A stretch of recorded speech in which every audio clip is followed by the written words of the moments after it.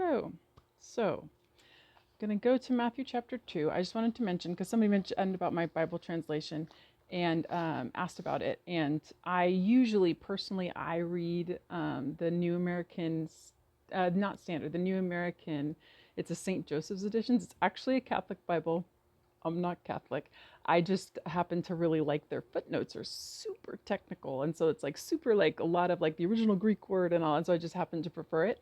But just for the sake of sticking to a more mainstream version, I busted out my old NIV Bible. It's kind of nice because sometimes you could just pull out a section because it's a little bit worn out. But I'll do that one today and kind of stick with that one. And instead of having you just look at my I call them my squinkles when I'm squinting, my squint wrinkles while I'm reading, I'll just pan it out onto the page. And this one happens to be large print, so that works well too. So I'm going to skip ahead from my jabbering and try to keep the commentary to a minimum and just go to Matthew chapter 2.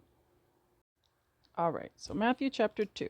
And I prefer to always have a pen handy so that I can jot down a note kind of with the attitude of expecting the Lord to point something out to me. Although in some of my Bibles, there's not a lot of room left to write. But so we'll start here, Matthew chapter 2. After Jesus was born in Bethlehem in Judea, during the time of King Herod, Magi from the east came to Jerusalem and asked, "Where is the one who has been born the King of the Jews? We saw his star in the east and have come to worship him." When King Herod heard this, he was disturbed, and all Jerusalem with him. When he had called together all the people's chief priests and teachers of the law, he asked them where the Christ was to be born. "In Bethlehem in Judea," they replied. "For this is what the prophet has written. But you, Bethlehem, in the land of Judah, are by no means the least among the rulers of Judah. For out of you will come a ruler who will be the shepherd of my people Israel." Then Herod called the Magi secretly and found out from them the exact time the star had appeared. He sent them to Bethlehem and said, "Go and make a careful search for the child. As soon as you find him, report to me, so that I may too go and worship him." After they heard the king, they went on their way, and the star they had seen in the east went ahead of them until it stopped over the place where the child was. When they saw the star, they were overjoyed.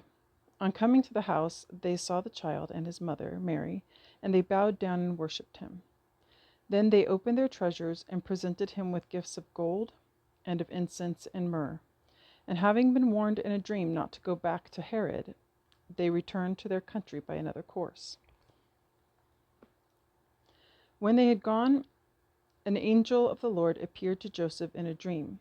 "Get up," he said, "take the child and his mother and escape to Egypt. Stay there until I tell you, for Herod is going to search for the child to kill him." So he got up, took the child and his mother during the night, and left for Egypt, where he stayed until the death of Herod. And so was fulfilled what the Lord had said through the prophet, "Out of Egypt I called my son." When Herod realized that he had been outwitted by the Magi, he was furious, and he gave orders to kill the boys in Bethlehem and its vicinity who were 2 years old and under, in accordance with the time he had learned from the Magi.